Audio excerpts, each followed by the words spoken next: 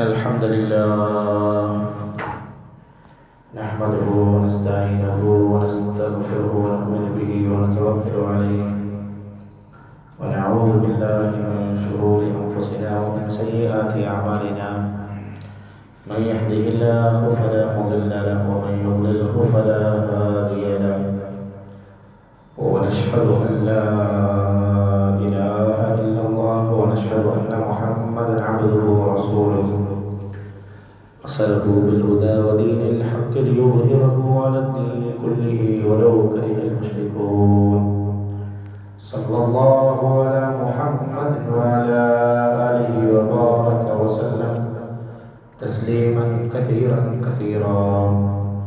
فيا أيها الناس اتقوا الله حق تقاته فقد قال الله تعالى في القرآن الكريم يا أيها الذين آمنوا اتقوا الله حق تقاته ولا تموتن إلا وأنتم مسلمون. وقال الله تعالى يا أيها الذين آمنوا اتقوا الله ولتنظر نفس ما قدمت لغد واتقوا الله إن الله خبير بما تعملون. اشرح لي صدري ويسر لي أمري واحلل عقدة من لساني يفقهوا قولي وما توفيقي إلا بالله عليه توكلت وإليه أنيب. പ്രിയപ്പെട്ട സത്യവിശ്വാസികളെ വിശ്വാസികളെ, ജീവിതത്തിൻ്റെ എല്ലാ മേഖലകളിലും റബ്ബ് സുബ്ഹാനഹു വ തആലയെ തഖ്വ ചെയ്ത് സൂക്ഷിച്ചുകൊണ്ട് ജീവിക്കണമേ എന്ന് ഞാൻ ആദ്യമായി എൻ്റെ നഫ്സിനോടും തുടർന്ന് നിങ്ങൾ ഓരോരുത്തരോടും ഓർമ്മപ്പെടുത്തുകയാണ്, വസീയത്ത് ചെയ്യുകയാണ്. അല്ലാഹു സുബ്ഹാനഹു വ തആല നമ്മുടെ ജീവിതത്തിലെ പരസ്യത്തിലും രഹസ്യത്തിലുമെല്ലാം നമ്മളെ കാണുകയും കേൾക്കുകയും ചെയ്തുകൊണ്ടിരിക്കുന്ന റബ്ബുൽ ഇസ്സത്തായ തമ്പുരാനെ സൂക്ഷിക്കേണ്ടത് പ്രകാരം സൂക്ഷിക്കാൻ നമുക്കെല്ലാവർക്കും തൗഫീഖ് പ്രദാനം ചെയ്യുമാറാകട്ടെ. നമ്മുടെ ജീവിതത്തിൽ വന്നുപോയിട്ടുള്ള ചെറുതും വലുതുമായിട്ടുള്ള എല്ലാ തെറ്റുകുറ്റങ്ങളെയും അല്ലാഹു സുബ്ഹാനഹു വ തആല പുറത്തു മാപ്പാക്കി നൽകുമാറാകട്ടെ. അല്ലാഹുവിൻ്റെ ജന്നാത്തുൽ ഫിർദൗസിൽ അവൻ തൃപ്തിപ്പെട്ട അടിമകളായി മാതാപിതാക്കളോടൊപ്പം ബന്ധുമിത്രാദികളോടൊപ്പം ഭാര്യ സന്താനങ്ങളോടൊപ്പം പ്രിയപ്പെട്ടവരോടൊപ്പം ഒരുമിച്ച് കൂടാൻ സാധിക്കുന്ന സ്വാലിഹീങ്ങളുടെ കൂട്ടത്തിൽ അല്ലാഹു നമ്മളെല്ലാം ഉൾപ്പെടുത്തി അനുഗ്രഹിക്കുമാറാകട്ടെ. നബി സല്ലല്ലാഹു അലൈഹി വസല്ലമയുടെ കയ്യിൽ നിന്ന് ഹൗദുൽ കൗസർ ഏറ്റുവാങ്ങി സ്വർഗത്തിലേക്ക് കടന്നു പോകുന്ന ഭാഗ്യവാന്മാരുടെ കൂട്ടത്തിൽ അല്ലാഹു നമ്മളെല്ലാം ഉൾപ്പെടുത്തി അനുഗ്രഹിക്കുമാറാകട്ടെ. പ്രിയപ്പെട്ട സുഹൃത്തുക്കളെ, സഹോദരിമാരെ, അല്ലാഹു സുബ്ഹാനഹു വ തആലയുടെ ആദരവായ നബി റസൂലുള്ളാഹി സ്വല്ലല്ലാഹു അലൈഹി വസല്ലം പ്രവാചകന്റെ അടുത്ത കൂട്ടുകാരനാണ്, പ്രവാചകന്റെ അടുത്ത സഹാബിയാണ് അബുൽ മുൻദിർ റളിയല്ലാഹു അൻഹു. ഒരിക്കൽ പ്രവാചകൻ അബുൽ മുൻദിറോട് ചോദിച്ചു, യാ അബുൽ മുൻദിർ അത്തദ്രി അയ്യ ആയത്തിൻ മിൻ കിതാബില്ലാഹി മഅക അഅ്ളം. അബുൽ മുൻദിറെ, ഖുർആനിൽ ഏറ്റവും ശ്രേഷ്ഠമായിട്ടുള്ള ആയത്ത് ഏതാണെന്ന് നിനക്കറിയുമോ? സഹാബിയായ അബുൽ മുൻദിർ റളിയല്ലാഹു അൻഹു അദ്ദേഹത്തിന് ഉത്തരം അറിയാം. എന്നിരുന്നാലും വിനയത്തിൻ്റെ പേരിൽ, തവാളുഇന്റെ പേരിൽ അദ്ദേഹം നബി തങ്ങളോട് പറഞ്ഞു, യാ റസൂലല്ലാഹ്, അല്ലാഹു വ റസൂലു അഅലം. അല്ലാഹുവിനും അവൻ്റെ റസൂലിനുമാണല്ലോ ഏറ്റവും കൂടുതൽ അറിവുള്ളത്, അവർക്കാണല്ലോ അറിയുക. ഈ അബുൽ മുൻദിറിന് എന്തറിയാനാണ്? നബിതങ്ങൾ വീണ്ടും വിനയത്തോടു കൂടിയുള്ള തൻ്റെ അനുചരന്റെ മറുപടി മനസ്സിലാക്കിയ പ്രവാചകൻ വീണ്ടും അബുൽ മുൻദിറോട് ചോദിച്ചു, യാ അബുൽ മുൻദിർ അത്തദ്രി അയ്യ ആയത്തിൻ മിൻ കിതാബില്ലാഹി മഅക അഅ്ളം. ഖുർആനിൽ ഏറ്റവും ശ്രേഷ്ഠമായിട്ടുള്ള ആയത്ത് ഏതാ? നീ പറ. അബുൽ മുൻദിർ റളിയല്ലാഹു അൻഹു പറഞ്ഞു, യാ റസൂലല്ലാഹ്, അല്ലാഹു ലാ ഇലാഹ ഇല്ലാ ഹുവൽ ഹയ്യുൽ ഖയ്യൂം എന്ന് ആരംഭിക്കുന്ന വിശുദ്ധ ഖുർആനിലെ സൂറത്തുൽ അൽ-ബഖറയിലെ ആയത്തുൽ കുർസിയാണ് വിശുദ്ധ ഖുർആനിലെ ഏറ്റവും ശ്രേഷ്ഠതയേറിയ ആയത്ത്. നബി സല്ലല്ലാഹു അലൈഹി വസല്ലം ആ ഹദീസിൽ കാണാൻ സാധിക്കും. അബുൽ മുൻദിർ പറയാണ്, പ്രവാചകൻ സല്ലല്ലാഹു അലൈഹി വസല്ലം തങ്ങളുടെ തൃക്കരങ്ങൾ ഉപയോഗിച്ചുകൊണ്ട് എൻ്റെ നെഞ്ചിൽ തട്ടി, എൻ്റെ നെഞ്ചിൽ തടവി, എൻ്റെ നെഞ്ചിൽ തലോടിക്കൊണ്ട് പറഞ്ഞു, അബുൽ മുൻദിറേ, അറിവ് ലഭിച്ച നിനക്ക് മംഗളമുണ്ടാവട്ടെ.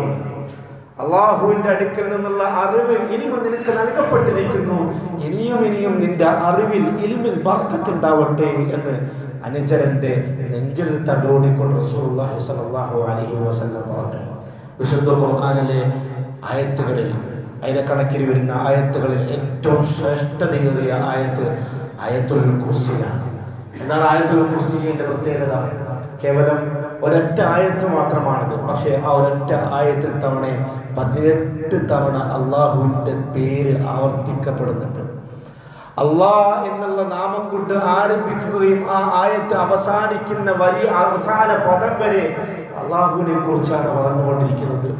അള്ളാഹുവിൻ്റെ ഗുണങ്ങളെക്കുറിച്ച്, അള്ളാഹുവിൻ്റെ വിശേഷണങ്ങളെക്കുറിച്ച്, അള്ളാഹുവിൻ്റെ പുകഴ്ത്തലുകളെക്കുറിച്ച്, അള്ളാഹുവിൻ്റെ സ്തുതികളെക്കുറിച്ച്, റബ്ബുൽ ഇസ്സത്തായ തമ്പുരാനായ അള്ളാഹുവിനെ കുറിച്ച് പറയുന്നതാണ് ആയത്തുൽ കുർസി. പ്രവാചകൻ സല്ലല്ലാഹു അലൈഹി വസല്ലം ഒരു മുസ്ലിം, ഒരു മുഅ്മിൻ തൻ്റെ ദിനേനയുള്ള ജീവിതത്തിൽ അത് പതിവാക്കാൻ പഠിപ്പിച്ചിട്ടുണ്ട്. രാത്രി ഉറങ്ങാൻ കിടക്കുമ്പോൾ ആയത്തുൽ കുർസി നിങ്ങൾ പാരായണം ചെയ്യണം. അങ്ങനെ ഒരാൾ ഉറങ്ങിയാൽ പിറ്റേന്ന് പ്രഭാതത്തിൽ അവൻ ഉറങ്ങി എഴുന്നേൽക്കുന്നത് വരെ ശൈത്താന്റെ ഒരു ശബ്ദം അവൻ ഉണ്ടാവില്ല എന്ന് നബി സല്ലല്ലാഹു അലൈഹി വസല്ലം പഠിപ്പിച്ചിട്ടുണ്ട്. മഹാനായ അലി റളിയല്ലാഹു അൻഹു പറയുന്നുണ്ട്, ബുദ്ധിയുള്ള എല്ലാ മുസ്ലിമും രാത്രി ഉറങ്ങാൻ കിടക്കുമ്പോൾ ആയത്തുൽ കുർസി ഓതിയിട്ട് മാത്രമേ കിടക്കൂ എന്ന് മഹാനായ അലി റളിയല്ലാഹു അൻഹു പറയുന്നുണ്ട്. ഒരിക്കൽ റസൂലുള്ളാഹി സ്വല്ലല്ലാഹു അലൈഹി വസല്ലം പഠിപ്പിക്കുന്നുണ്ട്, നിങ്ങൾ നമസ്കാരങ്ങൾക്ക് ശേഷം ആയത്തുൽ കുർസി പാരായണം ചെയ്യുക. കാരണം നമസ്കാരാനന്തരം ആയത്തുൽ കുർസി പതിവാക്കുന്ന ഒരുവന്റെ ഇടയിൽ അയാൾക്ക് സ്വർഗത്തിലേക്ക് കടന്നു പോകാൻ യാതൊരു മറയോ ഭിത്തികളോ ഒന്നും ഉണ്ടാവില്ല. സുഗമമായിട്ട് ആയത്തുൽ കുർസി നമസ്കാരങ്ങൾക്ക് ശേഷം പാരായണം ചെയ്യുന്ന ഒരു മനുഷ്യന് സ്വർഗത്തിലേക്ക് കടന്നു പോകാം എന്ന് പറയുന്നതിൻ്റെ പിന്നിലുള്ള കാരണം എന്തായിരിക്കും എന്ന് ചെയ്യുമ്പോഴാണ് ആയത്തുൽ കുർസിന്റെ ഉള്ളകങ്ങളിൽ, ആയത്തുൽ കുർസിയിൽ കൂടി എന്താണ് അള്ളാഹു പറയാൻ ശ്രമിക്കുന്നത്? പൂർണ്ണമായും അള്ളാഹുവിനെ കുറിച്ച്, റബ്ബിനെ കുറിച്ച്. നമുക്ക് പലതും അറിയാം, പല അറിവും നമുക്കറിയാം. നമ്മൾ ഏറ്റവും കൂടുതൽ അറിയാതെ പോയതും അള്ളാഹുവിനെ കുറിച്ചാണ്. നിങ്ങൾക്കറിയുമോ നമസ്കാരം നിർബന്ധമാക്കപ്പെട്ടത്, ഹജ്ജ് നിർബന്ധമാക്കപ്പെട്ടത്, നോമ്പ് നിർബന്ധമാക്കപ്പെട്ടത്, ഇസ്ലാമിക ശരീഅത്തിലെ കർമ്മശാസ്ത്രപരമായിട്ടുള്ള പല നിയമങ്ങളും നിർബന്ധമാക്കപ്പെട്ടത് പ്രവാചകൻ സല്ലല്ലാഹു അലൈഹി വസല്ലമയുടെ നബുവത്തിന്റെ 13 വർഷങ്ങൾക്ക് ശേഷമാണ്. 23 വർഷക്കാലമാണ് റസൂലുള്ളാഹി സ്വല്ലല്ലാഹു അലൈഹി വസല്ലമയുടെ പ്രവാചകത്വ കാലഘട്ടം. അതിൽ തന്നെ ആദ്യത്തെ 13 വർഷക്കാലങ്ങളിൽ പ്രധാനപ്പെട്ട അധിക നിയമങ്ങളും നമ്മൾ നിരന്തരമായിട്ട് വളരെ നിഷ്കർഷതയോടുകൂടി നിർവഹിക്കുന്ന കർമ്മശാസ്ത്രപരമായിട്ടുള്ള കർമ്മങ്ങളൊന്നും ആ 13 വർഷങ്ങൾ ഇറങ്ങിയ നബിതങ്ങളുടെ പ്രവാചകത്വത്തിൽ ഇല്ലായിരുന്നു, നബിതങ്ങൾ പഠിപ്പിച്ചിട്ടില്ലായിരുന്നു. പിന്നീടുള്ള 10 വർഷക്കാലങ്ങളിലാണ് ആ രീതിക്കുള്ള അഹ്കാമുകളെല്ലാം വന്നത്, ശരീഅത്തിന്റെ മറ്റ് നിയമങ്ങളെല്ലാം വന്നത്. പിന്നെ ആദ്യത്തെ 13 വർഷം നബിതങ്ങൾ സല്ലല്ലാഹു അലൈഹി വസല്ലം എന്ത് ചെയ്യുകയായിരുന്നു? ആദ്യത്തെ 13 വർഷങ്ങൾ ഇറങ്ങിയ ഖുർആനിക ആയത്തുകളുടെ ഉള്ളടക്കങ്ങൾ എന്തായിരുന്നു? ആദ്യത്തെ 13 വർഷം ഇറങ്ങിയ ആയത്തുകളുടെ ഉള്ളടക്കമെല്ലാം, നബിതങ്ങളുടെ പഠിപ്പിക്കലെല്ലാം, നബിതങ്ങളുടെ അധ്യാപനങ്ങളെല്ലാം ആരാണ്? അല്ലാഹ് എന്ന് പഠിപ്പിച്ചു കൊടുക്കലായിരുന്നു. ആരായിരുന്നു? അല്ലാഹു ലാ ഇലാഹ ഇല്ലാ ഹുവൽ ഹയ്യുൽ ഖയ്യൂം. അല്ലാഹു ലാ ഇലാഹ ഇല്ലാ ഹു, അവനല്ലാതെ ആരാധ്യനായി മറ്റാരുമില്ല. ആരാധനക്കർഹൻ അവൻ മാത്രമാണ്. പ്രാർത്ഥനകൾ അള്ളാഹുവിനോട് മാത്രമേ പാടുള്ളൂ. ആരാധനകളും ഇബാദത്തുകളെല്ലാം അള്ളാഹുവിന് മാത്രമാണ്. അള്ളാഹുവിന്റെ വിധിവിലക്കുകൾ മാത്രമേ ഏറ്റവും പ്രായോഗികമായിട്ടും ഏറ്റവും പ്രാഥമികമായിട്ടും ഒരു മനുഷ്യൻ ഉൾക്കൊള്ളേണ്ടത്. ഒരു മനുഷ്യന്റെ ജീവിതത്തിൽ ഉണ്ടാവേണ്ട എല്ലാവിധ മേഖലയിലുള്ള, അവന്റെ കുടുംബമാകട്ടെ, അനുഷ്ഠാന മേഖലയാകട്ടെ, അവന്റെ സാമ്പത്തിക ഇടപാടുകളാവട്ടെ, അവന്റെ ദാമ്പത്തിക ഇടപാടുകളാവട്ടെ, അവന്റെ മറ്റ് വ്യവഹാരങ്ങളിലാവട്ടെ, അതിലെല്ലാം അവൻ ഫോളോ ചെയ്യേണ്ടത് അള്ളാഹുവിന്റെ നിയമങ്ങളെയാണ്, അള്ളാഹുവിനെയാണ് ഭയപ്പെടേണ്ടത്. ആരാധ്യനെ അള്ളാഹു മാത്രമാണ്. അൽ ഹയ്യ്, എന്നെന്നും ജീവിച്ചിരിക്കുന്നവനാണത്. മനുഷ്യരെല്ലാം മരണമുള്ളവരാണ്, മനുഷ്യരെല്ലാം നശ്വരരാണ്. ഭൂമിയിലുള്ള ലോകത്തിലുള്ളതെല്ലാം നശ്വരമാണ്. മലക്കുകളും നബിമാരുമെല്ലാം നശ്വരമാണ്. ശാശ്വതനായി ഒന്നുണ്ടെങ്കിൽ അത് അല്ലാഹു സുബ്ഹാനഹു വ തആലയാണ്. അൽ ഹയ്യ്, എന്നെന്നും ജീവിച്ചിരിക്കുന്നവൻ. അൽ ഖയ്യൂം, അൽ ഖയ്യൂം, എല്ലാത്തിനെയും നിയന്ത്രിക്കുന്നവനാണ്. ലോകത്തിലുള്ള സകല ചരാചര വസ്തുക്കളെയും സൃഷ്ടിക്കുക മാത്രമല്ല, അവക്കാവശ്യമായിട്ടുള്ള എല്ലാ ഉപജീവനത്തിനെയും ഭക്ഷണത്തെയും അന്നത്തെയും പാനീയത്തെയും സംവിധാനിക്കുന്നത് അവനാണ്. അവയെല്ലാം ഇല്ലാതാക്കുന്ന, സംഹരിക്കുകയും ചെയ്യുന്ന ജഗന്നിയന്താവായ റബ്ബ് അല്ലാഹു സുബ്ഹാനഹു വ തആല മാത്രമാണ്. ലാ തഅഖുദുഹു സിനത്തു വലാ നൗം, മനുഷ്യർക്ക് സാധാരണഗതിയിൽ വരാറുള്ള ക്ഷീണമോ ഉറക്കമോ തൂങ്ങിയുറക്കലുകളോ ഒന്നുമില്ലാത്തവനാണവൻ. ലഹു മാ ഫിസ് സമാവാതി വമാ ഫിൽ അർദ്, ആകാശഭൂമികളിലുള്ളതെല്ലാം, ആകാശഭൂമികളിലുള്ളതെല്ലാം എന്ന് പറഞ്ഞാൽ ലോകത്തുള്ളതെല്ലാം ആയില്ലേ? ഭൂമിയിലുള്ളതെല്ലാം എന്ന് പറഞ്ഞാൽ ഭൂമിയിൽ നമ്മൾ കാണുന്ന മനുഷ്യരാകട്ടെ, പറവകളാകട്ടെ, മൃഗങ്ങളാകട്ടെ, സസ്യങ്ങളാകട്ടെ, മലകളാകട്ടെ, സാഗരങ്ങളാകട്ടെ, നദികളാവട്ടെ, ഇവയെല്ലാം ആകാശങ്ങൾ എന്ന് പറഞ്ഞിട്ടുണ്ടെങ്കിൽ ആകാശത്തോട് നമ്മൾ അത്ഭുതത്തോടു കൂടി നോക്കിക്കാണുന്ന സൂര്യനാകട്ടെ, നക്ഷത്രങ്ങളാകട്ടെ, ചന്ദ്രനും മറ്റ് ഗ്രഹങ്ങളും ഉപഗ്രഹങ്ങളും എല്ലാം ആകട്ടെ, പറവകളാവട്ടെ, ഇവയെല്ലാം അല്ലാഹുവിൻ്റെതാണ്. ലഹു മാ ഫിസ് സമാവാതി വമാ ഫിൽ അർദ് യഅലമു മാ ബൈന ഐദിഹിം മൻ ദല്ലദീ യശ്ഫഉ ഇൻദഹു ഇല്ലാ ബിഇദ്നിഹി. ചിലപ്പോൾ അള്ളാഹുവിന് മലക്കുകളുണ്ട്, അള്ളാഹുവിൻ്റെ ദൂതന്മാരുണ്ട്. എന്നാൽ അള്ളാഹുവിൻ്റെ ദൂതന്മാരോ അള്ളാഹുവിൻ്റെ മലക്കുകളോ ഒക്കെ ഒന്നും തന്നെ അള്ളാഹുവിൻ്റെ അധികാരത്തിൽ കൈകടത്താൻ സാധിക്കുകയില്ല. ഒരുപക്ഷെ ആ മലക്കുകളും ആ നബിമാരും എല്ലാം അള്ളാഹുവിനൊക്കെ ഏറ്റവും അടുത്തവരായിരിക്കും, അള്ളാഹുവിൻ്റെ ഏറ്റവും ഔലിയാക്കളായിരിക്കും. പക്ഷേ അള്ളാഹുവിൻ്റെ കാര്യത്തിൽ ഏർപ്പെടാൻ, അള്ളാഹു ഭൂമിയിൽ നിയന്ത്രിക്കുന്നത് പോലെ നിയന്ത്രണം വരുത്താൻ, അള്ളാഹു ഭൂമിയിൽ സൃഷ്ടിക്കുകയും സംരക്ഷിക്കുകയും സംഹരിക്കുകയും ചെയ്തതുപോലെ നിർവഹിക്കാൻ ഈ മലക്കുകൾക്കോ നബിമാർക്കോ ഒന്നും സാധിക്കുകയില്ല. ഈ മലക്കുകൾക്കും നബിമാർക്കും എല്ലാം ചെയ്യാൻ സാധിക്കുന്നത് അള്ളാഹുവോട് വല്ലവരെയും പറ്റി ശുപാർശ ചെയ്യാൻ പറ്റും. പക്ഷേ അള്ളാഹുവിൻ്റെ അനുവാദമില്ലാതെ നബിമാർക്ക് പോലും, റസൂലുള്ളാഹി സ്വല്ലല്ലാഹു അലൈഹി വസല്ലമക്ക് പോലും, ഒരാൾക്ക് വേണ്ടി പോലും പടച്ചവന്റെ അടുക്കൽ ശുപാർശ ചെയ്യാൻ സാധിക്കുകയില്ല. യഅലമു മാ ബൈന ഐദീഹിം വമാ ഖൽഫഹും, നിങ്ങളുടെ പിന്നിലുള്ളതും മുമ്പിലുള്ളതും, നിങ്ങൾ രഹസ്യമാക്കിയതും പരസ്യമാക്കിയതും, ആരും കാണാത്ത കൂരിരുട്ടിൽ ചെയ്തു കൂട്ടുന്ന ഹറാമുകളെല്ലാം, ആരും കാണാതെ നമ്മുടെ ഹൃദയത്തിൻ്റെ വാരിയല്ലുകളിൽ നമ്മൾ കൊണ്ടു നടക്കുന്ന ഹറാമുകളെല്ലാം, ആരോരും അറിയാതെ നമ്മളെ കണ്ണുകൾ കൊണ്ട് നമ്മൾ നിർവഹിക്കുന്ന കട്ടുനോട്ടങ്ങളെല്ലാം അറിയുന്നവൻ. യഅലമു മാ ബൈന ഐദീഹിം വമാ ഖൽഫഹും, നിങ്ങൾ ഒളിപ്പിച്ചു വെച്ചതും പരസ്യമാക്കിയതും, ഒന്നിച്ചു ചെയ്തതും കൂട്ടത്തിൽ ചെയ്തതും, കൂടെ ചങ്ങാതിയെ കൂട്ടി ചെയ്തതും, ആരും അറിയാതെ ഒറ്റക്ക് നീ ചെയ്തതുമെല്ലാം, നിന്റെ കെട്ടിയോട് പോലും അറിയാതെ നീ നിർവഹിച്ചതുമെല്ലാം യഅലം, അവൻ അറിയും. വലാ യുഹീതൂന ബിശൈഇൻ മിൻ ഇൽമിഹി ഇല്ലാ ബിമാ ശാ, നിനക്ക് വല്ലതും അറിയുമെങ്കിൽ, മനുഷ്യ നിനക്ക് വല്ല അറിവുമുണ്ടെങ്കിൽ അത് അല്ലാഹു തന്നത് മാത്രമാണ്.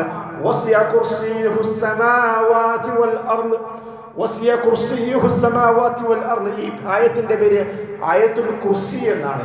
കുർസി എന്ന അറബി പദത്തിന്റെ അർത്ഥം സിംഹാസനം എന്നാണ്. അള്ളാഹുവിന്റെ സിംഹാസനത്തെ കുറിച്ചുള്ള ആയത്താണിത്. അള്ളാഹുവിന്റെ അധികാരത്തെ കുറിച്ചുള്ള ആയത്താണിത്. ഭൂമിയെയും ലോകത്തുള്ള സർവ്വചരാചരങ്ങളെയും അള്ളാഹു അടക്കി വായുന്നതിനെ കുറിച്ചുള്ള ആയത്താണിത്. വസിയ കുർസിയുഹു സമാവാതി വൽ അർദ്, അള്ളാഹുവിന്റെ അധികാരം, അള്ളാഹുവിന്റെ ഭരണം ഇതിലെല്ലാം വ്യാപിച്ചു കിടക്കുന്നു. വലാ യഊദുഹു ഹിഫ്ദുഹുമാ, ആകാശഭൂമികളെ സംരക്ഷിക്കുമ്പോൾ അള്ളാഹുവിന് ക്ഷീണം വരാറില്ല. ഈ ആകാശഭൂമികളെ സൃഷ്ടിച്ചാൽ പോരാലോ, അതിനകത്തുള്ള പക്ഷികളുണ്ട്, പറവകളുണ്ട്, കോടിക്കണക്കിന് വരുന്ന പറവകളുണ്ട്, അതിൽ തന്നെ വിവിധ തരങ്ങളുണ്ട്, വിവിധ തരത്തിലുള്ളത്. അവക്കാവശ്യമായിട്ടുള്ള ഭക്ഷണം സംവിധാനിക്കുന്ന അള്ളാഹുവാണ്.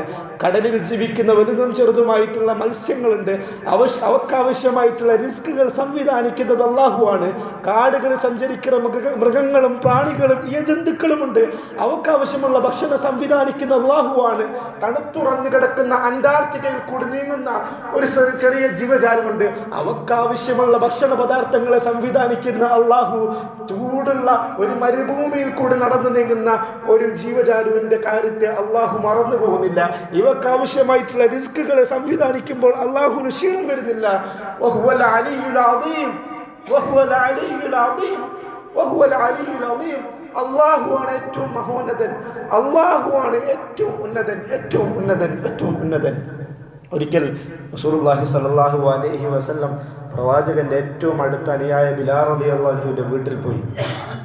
ബിലാൽ റളിയല്ലാഹു അൻഹു വീട്ടിൽ കയറിയപ്പോൾ ബിലാൽ റളിയല്ലാഹു അൻഹു ദരിദ്രനാണല്ലോ, ഒരു സാധു എത്യോപ്യക്കാരനായ അബിസീനിയക്കാരിയായ ഒരു അടിമപ്പെണ്ണിന് ജനിച്ച ബിലാൽ, കറുത്തിരട്ട ബിലാൽ റളിയല്ലാഹു അൻഹു വീട്ടിൻ്റെ മച്ചിൽ കുറച്ച് ഈത്തപ്പഴം ഇങ്ങനെ സൂക്ഷിച്ചു വെച്ചിട്ടുണ്ട്. നബി തങ്ങൾ സല്ലല്ലാഹു അലൈഹി വസല്ലം അത് കണ്ടു. സല്ലല്ലാഹു അലൈഹി വസല്ലം ചോദിച്ചു, മാ ഹാദാ യാ ബിലാൽ, ബിലാലെ എന്താ ഇത്?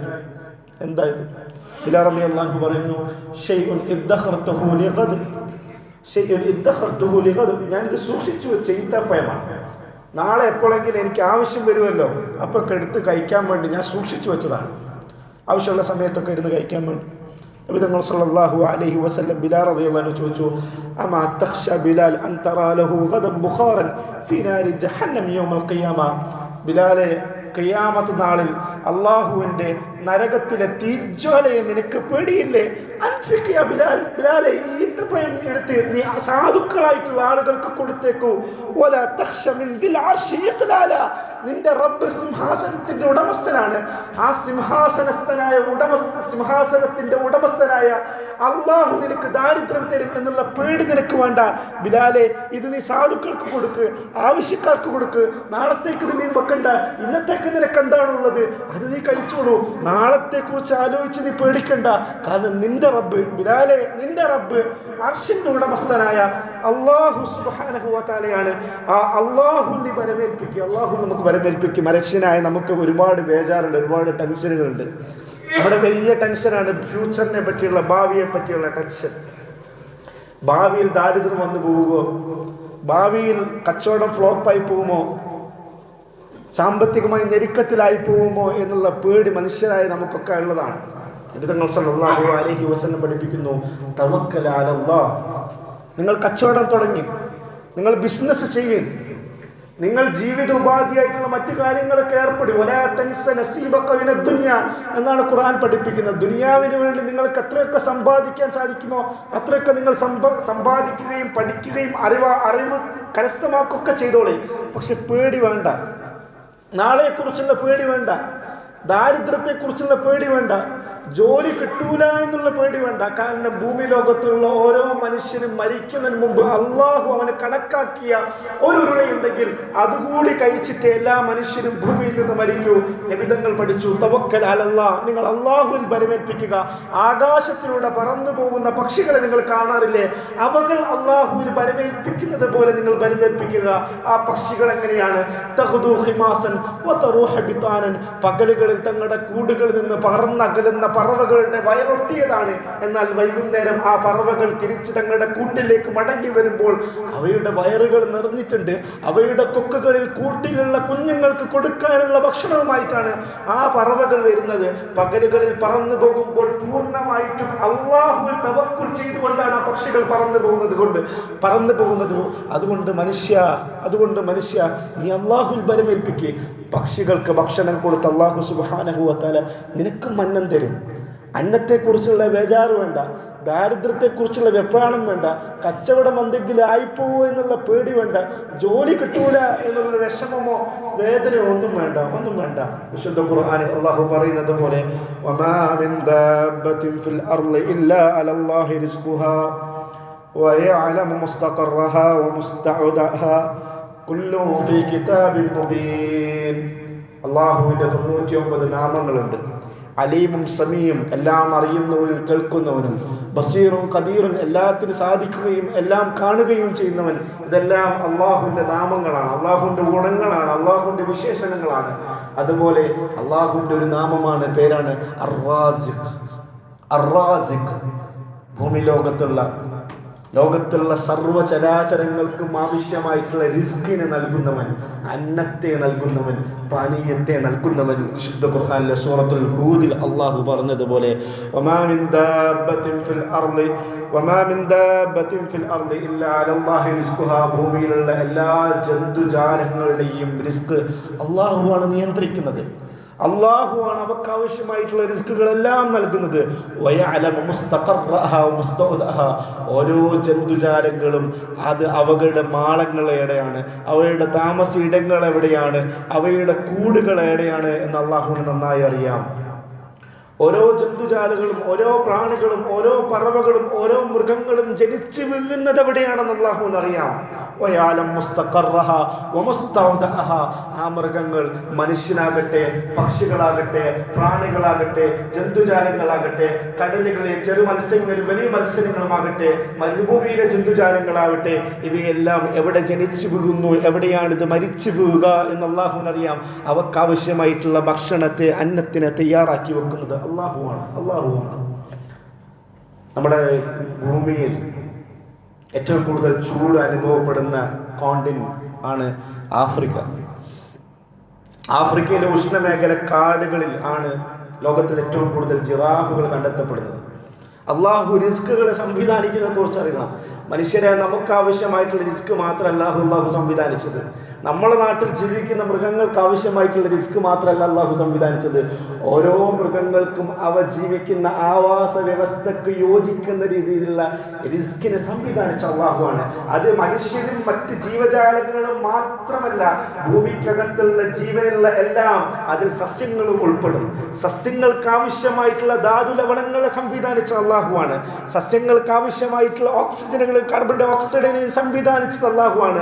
അവക്കാവശ്യമായിട്ടുള്ള വെള്ളത്തെ സംവിധാനിച്ച അള്ളാഹുവാണ്.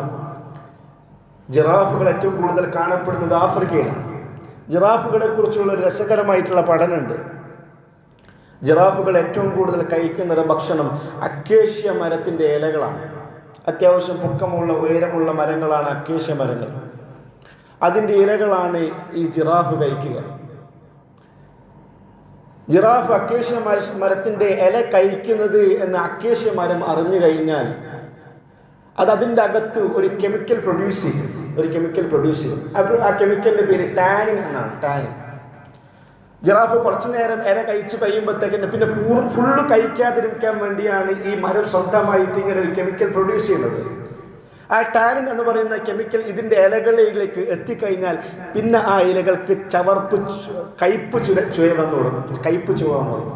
അതുകൊണ്ട് കുറച്ച് ഇലകൾ മാത്രമാണ് ഈ അക്കേഷ്യ മരത്തിൽ നിന്ന് ജിറാഫ് കഴിക്കും. അതിനുശേഷം അടുത്ത അക്കേഷ്യ മരത്തിലേക്ക് പോകും. വളരെ രസകരമായ കാര്യം, ഈ അക്കേഷ്യ മരങ്ങൾ ഒരു പ്രദേശത്തിലുള്ള ഒരു ഏരിയയിലുള്ള അക്കേഷ്യ മരങ്ങളെല്ലാം പരസ്പരം ഇന്റർ കണക്റ്റഡ് ആണ്. അപ്പോൾ ഒരു മരത്തിൽ വന്ന് ജിറാഫ് ഫുഡ് കഴിച്ചു കഴിഞ്ഞാൽ ആ മരം തൻ്റെ തൊട്ടടുത്തുള്ള മരത്തിലേക്ക് ഇൻഫർമേഷൻ പാസ് ചെയ്യും. അത് പാസ് ചെയ്യുന്ന രീതി എത്ലീൻ ഗ്യാസ് എന്ന് പറയുന്ന ഒരു ഗ്യാസ് ഉണ്ട്. ഒരു വാതക രൂപത്തിലാണ് എത്ലീൻ. ഈ എത്ലീൻ ഗ്യാസ് എന്ന് പറയുന്ന ഗ്യാസ് ഈ അക്കേഷ്യ മരം അതിൻ്റെ ഇലകളിൽ നിന്ന്, അതിൻ്റെ തടിയിൽ നിന്ന് പുറത്തേക്ക് വിടും. ഈ എത്ലീൻ ഗ്യാസ് അത് വായുവിൽ കലരും. കാറ്റ് പോകുന്ന ദിശക്കനുസരിച്ചുകൊണ്ട് തൊട്ടടുത്തുള്ള മരങ്ങൾക്കെല്ലാം ഈ വിവരം കിട്ടും. ജിറാഫിന്റെ കൂട്ടം വന്നിട്ടുണ്ട്. അപ്പൊ എത്ലീൻ ഗ്യാസ് കിട്ടിക്കഴിഞ്ഞ ഉടനെ തൊട്ടടുത്ത മരങ്ങളെല്ലാം അതിന്റെ ഇലകളിലേക്ക് ടാനിൻ പ്രൊഡ്യൂസ് ചെയ്യും. അപ്പൊ ആ ഇലകളൊക്കെ കയ്പ് രുചിയുള്ളതായി മാറും. നമ്മൾ മനസ്സിലാക്കേണ്ട ഒരു കാര്യം, എല്ലാ ജന്തു ജീവജാലങ്ങൾക്കുമുള്ള ഭക്ഷണം ഇവിടെ വെച്ചാൽ മാത്രം പോരാ. ഒരു ജന്തു ജീവജാലം മറ്റൊന്നിനെ കഴിക്കുന്ന സമയത്ത് അത് ഭൂമി ലോകത്ത് നിന്ന് ഇല്ലാതായി പോയി സൂക്ഷിക്കേണ്ടത് നമ്മളാണ്. ലോകത്ത് വംശനാശ ഭീഷണി എന്നതിനെ പറ്റി ചർച്ച ചെയ്യാറുണ്ട്. വംശനാശ ഭീഷണി എങ്ങനെയാണ് ഉണ്ടായത്? അത് ചില ജന്തുക്കൾ മറ്റു ജന്തുക്കളെ തിന്നതിന്റെ പേരിലല്ല ലോകത്ത് വംശനാശ ഭീഷണി ഉണ്ടായത്, മറിച്ച് എന്നാണ് ഖുർആൻ പറഞ്ഞ പദവും. മനുഷ്യൻ ഇടപെട്ടതിന്റെ പേരിൽ മാത്രമാണ് പ്രപഞ്ചത്തിൽ വംശനാശം സംഭവിച്ചു പോയിട്ടുള്ളൂ. മനുഷ്യൻ നാഗരികവൽക്കരണത്തിന് വേണ്ടി, മനുഷ്യൻ അവന്റെ മോഡേൺ ലൈഫിന് വേണ്ടി അവൻ ഭൂമിയിൽ വരുത്തിയ മാറ്റങ്ങൾ, കടലിലും കരയിലും അവൻ വരുത്തിയ അക്രമങ്ങൾ, അതിന്റെ പേരിലാണ് ഭൂമിയിൽ വംശനാശം സംഭവിച്ചു പോയിട്ടുള്ളൂ. ചില ജന്തുജാലങ്ങൾ മറ്റ് ചില ജന്തുജാലങ്ങളെ കഴിക്കുന്നതിന് പേരിൽ, ഭക്ഷണമായി ഉപയോഗിക്കുന്നതിന് പേരിൽ ഒരിക്കലും വംശനാശം സംഭവിക്കാറില്ല. പിന്നെ എങ്ങനെയാണ് ഈ ജിറാഫുകൾ പിന്നീട് കഴിയുക? ഈ തൊട്ടടുത്തുള്ള മരങ്ങളിലേക്കെല്ലാം ഈ അക്കേഷ്യ മരം വിവരം പാസ് ചെയ്യും. ജിറാഫുകൾ വരുന്നുണ്ട്, എല്ലാം ടാനിൻ പ്രൊഡ്യൂസ് ചെയ്യും. പക്ഷേ ജിറാഫുകൾക്ക് ഇതറിയാം. കുറച്ച് കഴിഞ്ഞാൽ ഓട്ടോമാറ്റിക്കലായിട്ട് ഈ മരങ്ങളുടെ ഇലകൾ കയ്പുള്ളതായി മാറും എന്ന് ജിറാഫുകൾക്കറിയാം. ആ ജിറാഫുകൾ ഒരിക്കലും കാറ്റ് പോകുന്ന ദിശയിലേക്ക് സഞ്ചരിക്കാറില്ല. കാറ്റ് എങ്ങോട്ടാണോ അടിച്ചു വീശുന്നത് അതിൻ്റെ നേരെ ഓപ്പോസിറ്റിലേക്കുള്ള ദിശയിലേക്ക് മാത്രമാണ് ജിറാഫുകൾ സഞ്ചരിക്കാറുള്ളൂ. കാരണം അതിൻ്റെ ഓപ്പോസിറ്റില്ല, കാറ്റ് അടിക്കാത്ത ദിശയിലേക്ക് സഞ്ചരിച്ചിട്ടുണ്ടെങ്കിൽ ഈ എത്ലീൻ ഗ്യാസ് ആ ഭാഗത്തുള്ള മരങ്ങളിലേക്ക് എത്തിയിട്ടുണ്ടാവില്ല. എത്ലീൻ ഗ്യാസ് ഒരു മരത്തിൽ നിന്ന് മറ്റൊരു മരത്തിലേക്ക് എത്തണമെങ്കിൽ കാറ്റ് മുഖേന മാത്രമേ എത്തുകയുള്ളൂ. ഇതാരാണ് ജിറാഫിനെ പഠിപ്പിച്ചത്? ഇതാരാണ് ഈ അക്കേഷ്യ മരത്തിൽ പഠിപ്പിച്ചത്? അള്ളാഹുവിൻ്റെ പ്രപഞ്ചത്തിലെ ലക്ഷക്കണക്കിന് വരുന്ന ജന്തുജാലങ്ങളെ, സസ്യലതാദികളിലെ ഒരു ഉദാഹരണം മാത്രമാണ് ഞാൻ പറഞ്ഞത്. ഒരു ഉദാഹരണം മാത്രം. ഇതിൽ ഇനി എത്ര ആയിരക്കണക്കിന് ഉദാഹരണങ്ങൾ ഉണ്ടാവും. നമ്മൾ പുറത്ത് കാണുന്ന പ്രപഞ്ചം മാത്രമേ നമ്മൾ കാണുന്നുള്ളൂ. മരുഭൂമിയിലൊരു അനുഭവം, ഒരു സംഭവമാണ്, ഒരു സയൻസിന്റെ പഠനമാണ് ഇപ്പോൾ പങ്കുവച്ചത്. കടലിനടിയിൽ നടക്കുന്ന അത്ഭുതങ്ങൾ എത്ര വലുതായിരിക്കും. 8 ആനകളും 12 ആനകളും വലിപ്പമുള്ള വലിയ നീലത്തിമംഗലങ്ങൾ അള്ളാഹുവിൻ്റെ കടലുകളുണ്ട്. മനുഷ്യർ ചന്ദ്രനിൽ പോവാറുണ്ട്. മനുഷ്യൻ മറ്റ് ഗ്രഹങ്ങളിലേക്ക് പോകുന്നതിനെ കുറിച്ച് പഠിക്കുന്നു. ശൂന്യാകാശത്തിലേക്ക് പോകാറുണ്ട്. പക്ഷെ മനുഷ്യർ എത്തിച്ചേരാത്ത ചില ഇടങ്ങൾ ഭൂമിയിൽ തന്നെയുണ്ട്. അതിൽ പ്രധാനപ്പെട്ട ഇടങ്ങളാണ് കടലിൻ്റെ അടിത്തട്ടുകൾ. ആ കടലിൻ്റെ അടിത്തട്ടുകൾ ജീവിക്കുന്ന മനുഷ്യർ ഇന്നേ വരെ കണ്ടെത്തിയിട്ടില്ലാത്ത മത്സ്യങ്ങൾ ഉണ്ടാവില്ല. ഇവക്കാവശ്യമായിട്ടുള്ള ഭക്ഷണങ്ങളെ സംവിധാനിക്കുന്ന ആരാണ്? നമ്മൾ ജീവിതാനുഭവത്തിൽ നിന്ന് കാര്യം പഠിക്കണം. എൻ്റെ പ്രിയപ്പെട്ട സുഹൃത്തുക്കൾ കഴിഞ്ഞ 2 മാസമായിട്ട് വലിയ രീതിയിൽ മീനൊന്നും കഴിച്ചിട്ടുണ്ടാവില്ല. കാരണം വലിയ പൈസയായിരുന്നു മീൻ. നമ്മുടെ ജീവിതത്തിൽ നമ്മൾ പഠനത്തിന് ചിന്തക്ക് വിധേയമാകും. നമ്മുടെ നാട്ടിലൊക്കെ കേരളത്തിൽ ട്രോളിംഗ് ആയിരുന്നു. ഈ ട്രോളിംഗ് കാലഘട്ടത്തിൽ വലിയ ബോട്ടുകൾ ഉപയോഗിച്ചുകൊണ്ട് മത്സ്യബന്ധനം നടത്താൻ പാടില്ല. കാരണം മത്സ്യങ്ങൾ അത് റീപ്രൊഡ്യൂസ് ചെയ്യുന്ന, അത് തങ്ങളുടെ കുഞ്ഞുങ്ങളെ പ്രസവിക്കുന്ന ടൈമാണ് ഈ 2-3 മാസക്കാലം. ഈ മാസക്കാലമാണ് ഈ മത്സ്യങ്ങൾ കുഞ്ഞുങ്ങളെ പ്രസവിക്കുകയും ആ കുഞ്ഞുങ്ങൾ വളരുകയും ചെയ്യുന്ന സമയം. ആ സമയത്ത് വലിയ ബോട്ടുകൾ ഉപയോഗിച്ചുകൊണ്ട്, വലിയ വലകൾ ഉപയോഗിച്ചുകൊണ്ട് മീൻപിടുത്തം നടത്തിയിട്ടുണ്ടെങ്കിൽ ഈ കുഞ്ഞുങ്ങളെല്ലാം ഇല്ലാതാവുന്ന ഒരവസ്ഥ വരും. അത് നമ്മുടെ കടൽ സംവിധാനത്തെ മൊത്തം തകർക്കുന്ന രീതി വരും. അതിൻ്റെ പേരിലാണ് നമ്മുടെ സംസ്ഥാനത്തുടനീളം കഴിഞ്ഞ 1-2 മാസക്കാലം ട്രോളിംഗ് ഉണ്ടായിരുന്നത്. നമ്മൾ ചിന്തിക്കേണ്ട ഒരു കാലം, ഈ കടലിൻ്റെ അകത്ത് ഈ മത്സ്യങ്ങളെ തന്നെ കഴിക്കുന്ന മറ്റ് മത്സ്യങ്ങളില്ലേ, ഈ മത്സ്യങ്ങൾ ഈ ചെറിയ മത്സ്യങ്ങളെ കഴിച്ചു പോകുന്നില്ലല്ലോ. കടലിൽ ജീവിക്കുന്ന ജീവികൾക്ക് ഈ ട്രോളിങ്ങിന്റെ പ്രശ്നം വരുന്നില്ലല്ലോ.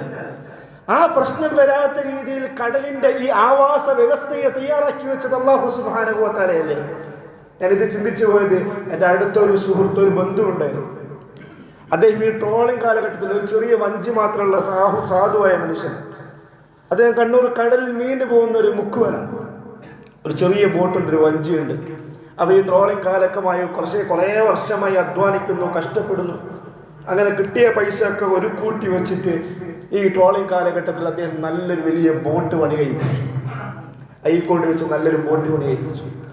ആ ബോട്ട് ആദ്യമായി കടലേക്ക് ഇറക്കുന്ന ദിവസം ഞാൻ പോയി, അതിൽ വല കയറ്റുന്ന ദിവസം ഞാൻ പോയി. ഇതൊക്കെ മീൻകാർക്കിടയിൽ വലിയ പ്രധാനപ്പെട്ട ദിവസങ്ങളാണ്. ആദ്യമായിട്ടൊരു ബോട്ട് പണിതുണ്ടാക്കി അത് കടലിലേക്ക് ഇറക്കുന്ന ദിവസവും അതിലേക്ക് മീൻ കയറ്റി വല കയറ്റുന്ന ദിവസമൊക്കെ വളരെ പ്രധാനപ്പെട്ട ദിവസമാണ്. അങ്ങനെ ട്രോളിംഗ് ഒക്കെ കഴിഞ്ഞതിന് ശേഷം ഈ മനുഷ്യൻ ഈ വലിയ ബോട്ടുമായിട്ട്, വലിയ തുകയാണ്, 60-70 ലക്ഷത്തോളം രൂപ വരും. അതിൻ്റെ എൻജിൻ തന്നെ ചൈനയിൽ നിന്ന് ഇമ്പോർട്ട് ചെയ്ത ലക്ഷക്കണക്കിന് ഉറുപ്പിക വരുന്നത് എൻജിൻ. ഈ മനുഷ്യൻ ബോട്ടിൽ പോകും. കുറച്ച് ദിവസം മുമ്പ് അദ്ദേഹം വിളിച്ചു, കാര്യമായി ദ്വാരക്കണം. 3 ദിവസമായിട്ട് ഞങ്ങൾ പോകുന്നു. 3 ദിവസം ഞങ്ങൾ പോകുന്നു. 3 ദിവസം പോയിട്ടും ഇന്നേ വരെ ഒന്നും ഞങ്ങൾക്ക് കിട്ടിയില്ല. ഒന്നും കിട്ടിയില്ല എന്ന് മാത്രമല്ല, നടുക്കടലിൽ വെച്ച് ഈ ഞങ്ങളുടെ പുതിയ ബോട്ട് ആദ്യമായി പുതുതായി പണി കഴിപ്പിച്ച ഏറ്റവും പുതിയ ടെക്നോളജികളൊക്കെ ഞങ്ങൾ ഇതിൽ സംവിധാനിച്ചിട്ടുണ്ട്. ഏറ്റവും പുതിയ കൂടിയ മെഷീൻ ഞങ്ങൾ സംവിധാനിച്ചിട്ടുണ്ട്. അത് മെഷീൻ നിന്നുപോയി. ഈ നടുക്കടലിൽ ഈ മെഷീൻ നിന്ന് പോയിട്ടുണ്ടെങ്കിൽ, ബോട്ട് നിന്ന് പോയിട്ടുണ്ട്, ഇതെന്ത് ചെയ്യാനാണ്? എങ്ങോട്ട് പോകാനാണ്? എന്ത് ചെയ്യാനാണ്? അവസാനം മറ്റൊരു ബോട്ട് കൊണ്ടുവന്ന് ഞങ്ങളെ കെട്ടിവലിച്ച് കൊണ്ടുപോകുന്നതിനിടയിൽ വലിയൊരു അപകടം പറ്റി. അള്ളാഹുവിൻ്റെ വലിയ തൗഫീഖിൻ്റെ പേരിലാണ് ഉസ്താദേ നമ്മൾ രക്ഷപ്പെട്ടത്. ഇനിയും ഇങ്ങനെ ഒന്നും കിട്ടാതെ ഇനിയും ഇങ്ങനെ ദിവസങ്ങൾ ഇങ്ങനെ തള്ളി പോവുകയാണെങ്കിൽ ഞങ്ങൾ കടത്തപ്പെട്ടു പോവുകയെ. പ്രിയപ്പെട്ട സുഹൃത്തുക്കളെ, കടലിൽ പോയിട്ടുണ്ടെങ്കിൽ ഒരു മുക്കുവന് മീൻ കിട്ടണം എന്നുള്ളത് അള്ളാഹു തീരുമാനിക്കണ്ടേ? അള്ളാഹുവിൻ്റെ തീരുമാനത്തിൽ ഉണ്ടാവണ്ടേ? അള്ളാഹുവിൻ്റെ ഖദറിൽ അത് നിശ്ചയിക്കപ്പെടണ്ടേ? മനുഷ്യൻ ബലഹീനനായിട്ട് പോകുന്ന ചില നിമിഷങ്ങളുണ്ട്. ഖുർആനിക ആയത്തുകളിൽ പറഞ്ഞാൽ അഫറഅയ്തും മാ തുംനൂൻ അഅൻതും തഖ്ലുഖൂനഹു അം നഹ്നുൽ ഖാലിഖൂൻ. മനുഷ്യ നിന്റെ ശരീരത്തിൽ നിന്ന് പുറത്തു വരുന്ന സ്പേമുകളെ കുറിച്ച് നീ ചിന്തിക്കാറുണ്ടോ? സ്പേമുകൾ, നിന്റെ ശരീരത്തിൽ നിന്ന് പുറത്തു വരുന്ന ബീജവും നിന്റെ ഭാര്യയുടെ ശരീരത്തിൻ്റെ അകത്തുള്ള അണ്ടവും കൂടിച്ചേർന്നാൽ മാത്രമാണ് നിനക്കൊരു കുഞ്ഞ് ജനിക്കുക. പക്ഷേ നിന്റെ ബീജത്തെ നിന്റെ ഭാര്യയും അണ്ടവുമായി കൂടിച്ചേരേണ്ടതിൻ്റെ ഉത്തരവാദിത്തം അള്ളാഹുവിനാണ്. അത് റീപ്രൊഡ്യൂസ് ചെയ്യേണ്ട ഉത്തരവാദിത്തം അള്ളാഹുവിനാണ്. നിനക്കൊരു കുഞ്ഞിക്കാല് ലഭിക്കണമെങ്കിൽ മാതാവിൻ്റെ 3 അറകൾക്കുള്ളിൽ അതിനെ സംരക്ഷിച്ച് പോറ്റേണ്ടത് അള്ളാഹുവാണ്. 10 മാസക്കാലം പൂർണ്ണമായിട്ടും അള്ളാഹുവിന്റെ സംരക്ഷണത്തിലാണ് ആ കുഞ്ഞുള്ളത്. അഫറഅയ്തും മാ തുംനൂൻ അഅൻതും തഖ്ലുഖൂനഹു അം നഹ്നുൽ ഖാലിഖൂൻ. നിന്റെ ശരീരത്തിനകത്ത് അത് സംവിധാനിച്ചത് ഞാനല്ലേ? അള്ളാഹു വേണ്ടി ചോദിക്കുന്നു. സൂറത്തുൽ വാഖിയുടെ ആയത്താണ്. സ്ഥിരമായിട്ടൊരു മുസ്ലിം പാരായണം എന്ന് ചെയ്യാൻ റസൂൽ സല്ലല്ലാഹു അലൈഹി വസല്ലം പഠിപ്പിച്ച ആയത്താണ്. അഫറഅയ്തും മാ തഹറുസൂൻ. മനുഷ്യ, നിങ്ങൾ കൃഷിയെക്കുറിച്ച് ചിന്തിക്കുന്നില്ല? നിങ്ങളൊക്കെ കൃഷി ചെയ്യുന്ന ആളുകൾ, അതിനെക്കുറിച്ച് ചിന്തിക്കാറുണ്ടോ? അൻതും തസ്റഊനഹു അം നഹ്നു സാരിഊൻ. നിങ്ങൾ വിത്തായി ഇടുന്ന ചെടികളെ മുളപ്പിക്കുന്ന നിങ്ങളാണോ അതല്ല ഞാനാണോ? നിങ്ങളിടുന്ന വിത്തുകളെ മുളപ്പിക്കുന്നത് ഞാനാണോ അതല്ല നിങ്ങളാണോ? ലൗ നശാഉ ലജഅൽനാഹു ഹുതാമൻ ഫളൽതും തഫക്കഹൂൻ. ഞാനെങ്ങാനും വിചാരിച്ചിട്ടുണ്ടെങ്കിൽ അതിന് ഒരു ഉപകാരം ചെയ്യാതെ കരിച്ചു കളയാൻ, അത് നുരുമ്പിപ്പോവാൻ നോക്കിക്കളയാൻ എനിക്ക് സാധിക്കുമായിരുന്നു. അങ്ങനെ നുരുമ്പിപ്പോയാൽ നിങ്ങൾ കഷ്ടപ്പെട്ട് ഇറക്കിയ വിത്തുകളെ, വിളകളെ നശിപ്പിച്ചു കളയാൻ എനിക്ക് സാധിക്കുമായിരുന്നു. അങ്ങനെ നശിപ്പിച്ചു കളഞ്ഞാൽ നിങ്ങൾ വലിയ വിഷമത്തിലാവും, വലിയ ദുഃഖത്തിലാവും. ഇന്നാല മുഗ്റമൂൻ. ആകെ കടത്തിൽപ്പെട്ടു പോയല്ലോ എന്ന് പറയും. മഹ്റൂമൂൻ. ഞങ്ങൾ പാപ്പരായി പോയല്ലോ എന്നൊക്കെ നമ്മൾ വേവലാതിപ്പെടും, ബേജാറാവും. പക്ഷെ ആലോചിക്കേണ്ടത് അള്ളാഹുവാണ് അവകളെ മുളപ്പിക്കേണ്ടത്, അള്ളാഹുവാണ് അത് ഇറക്കി തരേണ്ടത്. തുടർന്ന് അള്ളാഹു വീണ്ടും ചോദിക്കുന്നു, അഫറഅയ്തുമുൽ മാ അല്ലദീ തശ്റബൂൻ. മനുഷ്യ, നിങ്ങൾ കുടിക്കുന്ന വെള്ളത്തെ കുറിച്ച് ചിന്തിക്കാറുണ്ടോ? അൻതും അൻസൽതുമൂഹു മിനൽ മുസ്നി അം നഹ്നുൽ മുർസിലൂൻ. ആകാശത്തിലെ മേഘങ്ങളിൽ നിന്ന് ആ മഴകളെ നിങ്ങൾക്ക് വർഷിപ്പിച്ചു തരുന്നത് ഞാനാണോ അതല്ല നിങ്ങളാണോ? ലൗ നശാഉ ജഅൽനാഹു ഉജാജൻ ഫലൗലാ തഷ്കുറൂൻ. ഞാനെങ്ങാനും തീരുമാനിക്കുകയാണെങ്കിൽ നിങ്ങൾക്ക് ഇറക്കി തരുന്ന വെള്ളങ്ങളെ കയ്പ് രുചിയുള്ളതാക്കി കളയാൻ, ഉപ്പ് രുചിയുള്ളതാക്കി കളയാൻ എനിക്ക് സാധിക്കും. പക്ഷേ മനുഷ്യ, നിന്നോടുള്ള റഹ്മത്തിന്റെ പേരിൽ, കരുണയുടെ പേരിൽ നിനക്ക് കുടിക്കാൻ പറ്റുന്ന കോലത്തിൽ അതിനെ ഇറക്കി തരുന്നത് ഞാനല്ലേ? ഫലൗലാ തഷ്കുറൂൻ. അള്ളാഹു അവസാനമായി ചോദിക്കുന്ന വേർഡാണ് നമ്മൾ മനുഷ്യരിൽ നിന്ന് അള്ളാഹു ആഗ്രഹിക്കുന്നത്. ഫലൗലാ തഷ്കുറൂൻ. പിന്നെന്തേ മനുഷ്യ, നീ ഒരു നന്ദിയില്ലാത്തവനായി മാറുന്നത്? ഫലൗലാ തഷ്കുറൂൻ. നീ എന്താ നന്ദി കാണിക്കാത്തത്? നന്ദി കാണിക്കേണ്ടത്. വീണ്ടും തുടർന്ന് അള്ളാഹു ചോദിക്കുന്നു, അഫറഅയ്തുമുൻ നാറല്ലതീ തൂറൂൻ.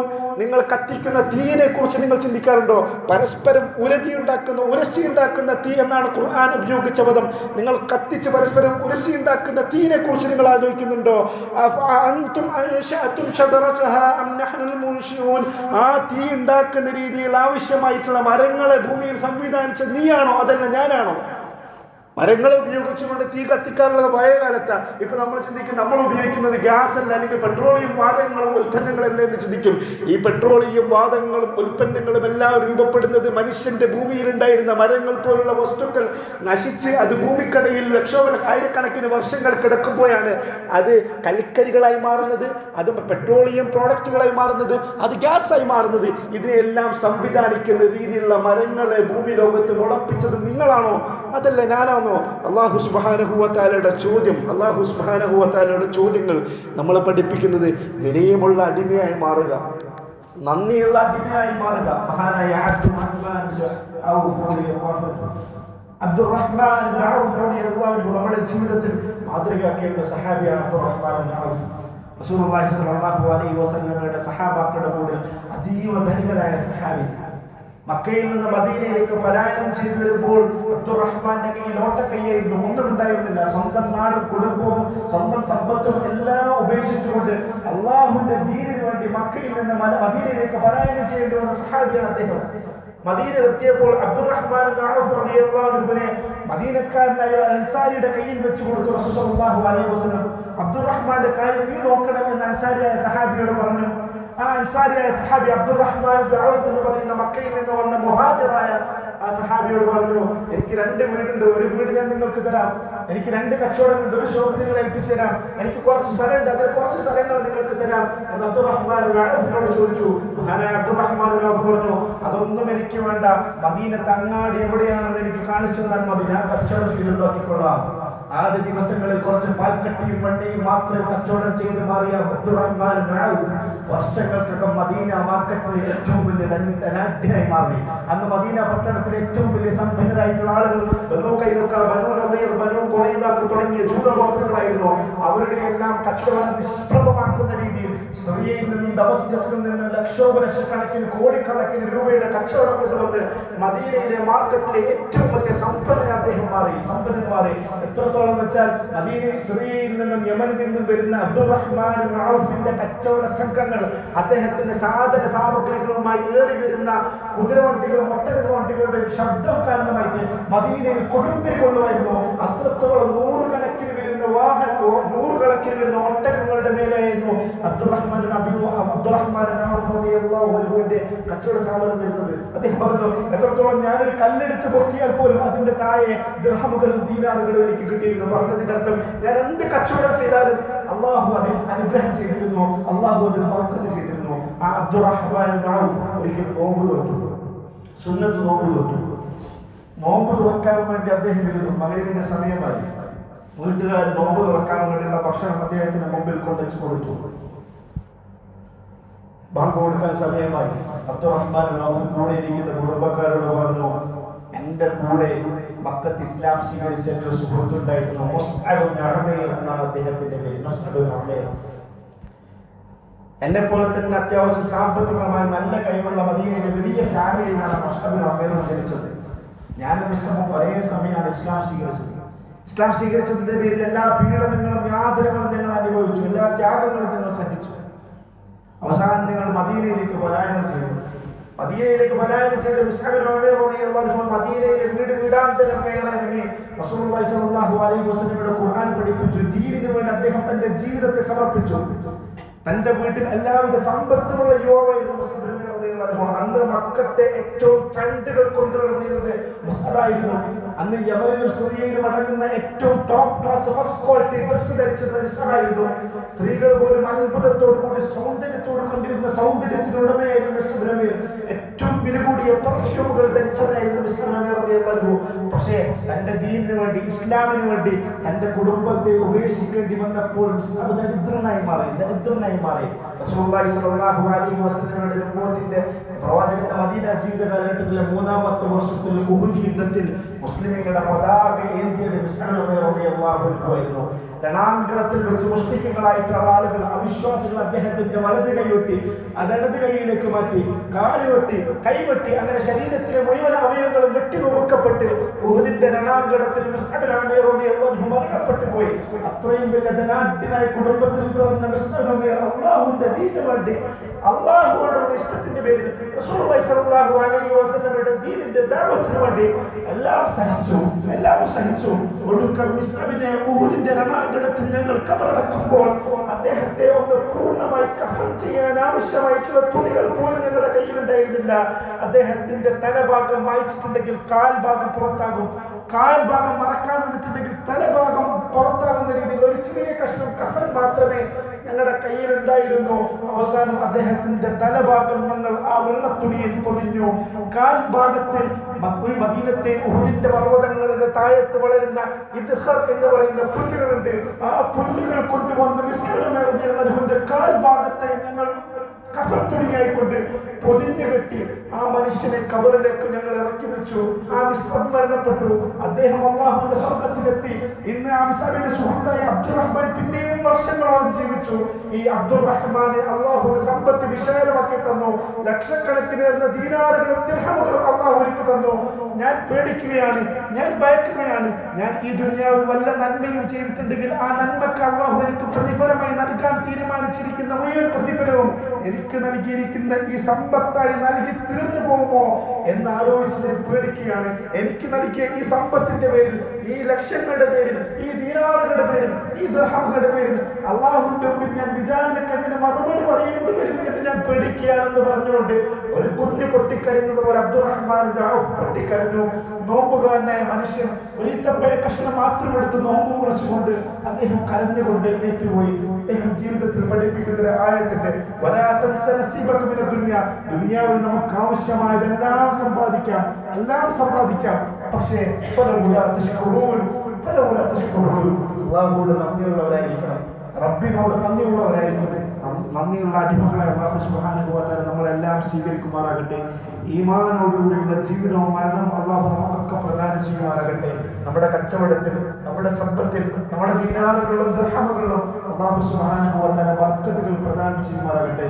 ഇസ്സത്തോടുകൂടിയുള്ള ദുനിയാവിലെയും ആഖിറത്തിലെയും ജീവിതം അല്ലാഹു നമുക്കെല്ലാം പ്രദാനം ചെയ്യുമാറാകട്ടെ. വആഖിറു ദഅവാന അൽഹംദുലില്ലാഹി റബ്ബിൽ ആലമീൻ.